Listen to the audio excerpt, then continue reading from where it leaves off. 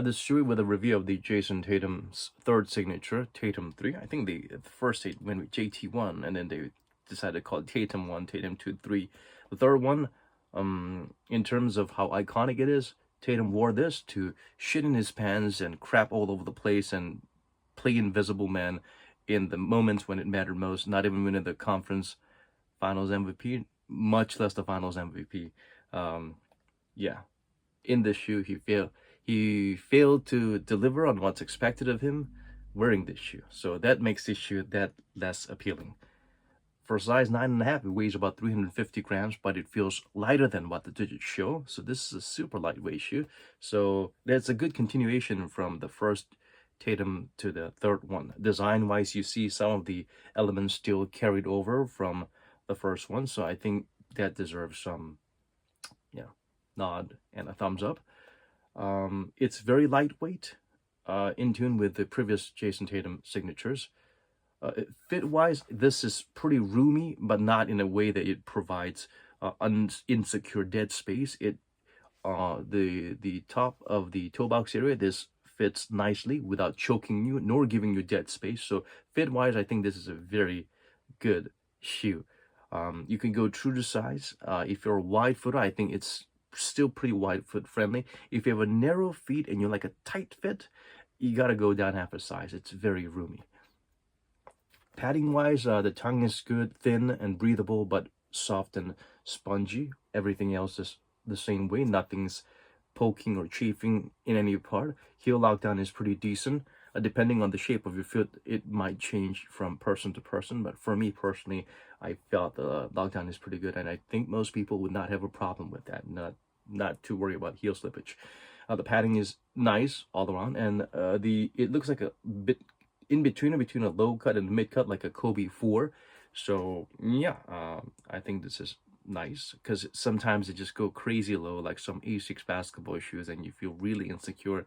And sometimes it's a weird low mid foot cut where you kind of poke some areas around your ankles or some parts of your Achilles. But this very nice padding all around. The cushioning, they say they use a Cushlon 3.0 and a Zoom Air on the forefoot, but it feels like you don't really feel much. It's, in a good way, it's a very low to the ground shoe with very minimal cushioning. It's kind of like Luka 1, which is very low profile. Some would say it's pretty hard. This is slightly softer than Luka 1, but not as soft as Luka 2. Tatum, compared to the first Tatums where the forefoot zoom was very beefy and you could see it and feel it, this feels like if someone didn't tell me they didn't put a zoom in it, I would assume there's no zoom. I mean, you can feel a little bit, but yeah, it doesn't say I'm here. So that's a little weird. And the heel Cushlon, again, it's just too thin.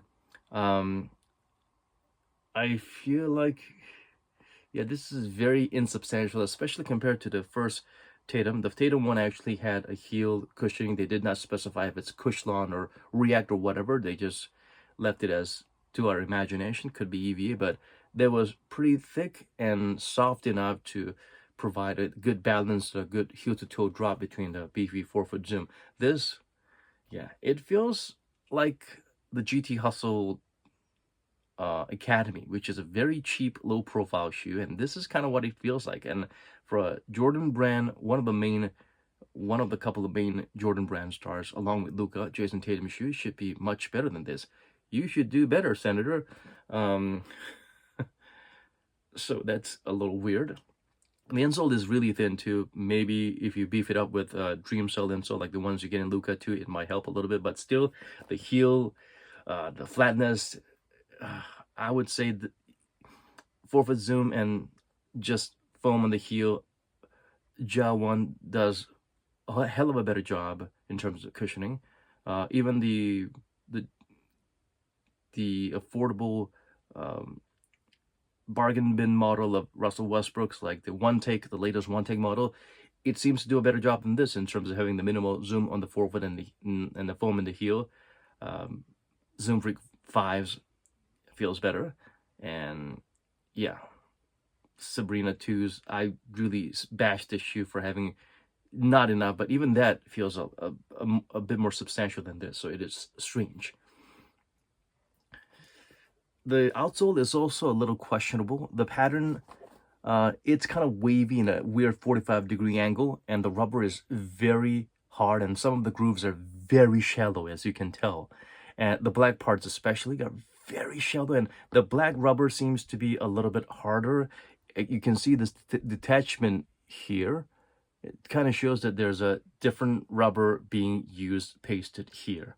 So, I mean, the heel, okay, but even the heel, unless you're going straight, the side-to-side movements, you feel some parts are not as grippy as the others. So it's very unbalanced. And yeah, these are very dangerous areas. And even this pattern where the grooves are deeper, it is strange. I mean, it should be maybe straight or curved in some other parts in a different direction. So it is weird.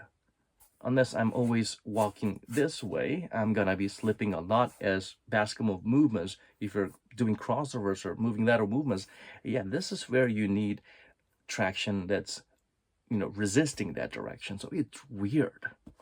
Of course, if you're just wearing a clean court, in which case you could wear any shoe with a rubber outsole or a foam outsole with some flow kind of pattern, you would get grippiness. But dust sensitivity, this is pretty sensitive, just like Jason Tatum's feelings, especially when people tell him it's not good enough and it never delivers, and I expect him to not ever live up to his own little high expectations of being Kobe-like or Mamba mentality. There's a difference between wanting to be someone and being able to do something that other person that you look up to can do.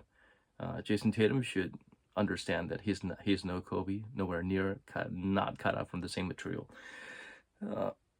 So yeah, and also in terms of stability, having an outrigger or a beefy lateral midsole to prevent ankle rollover, not that great.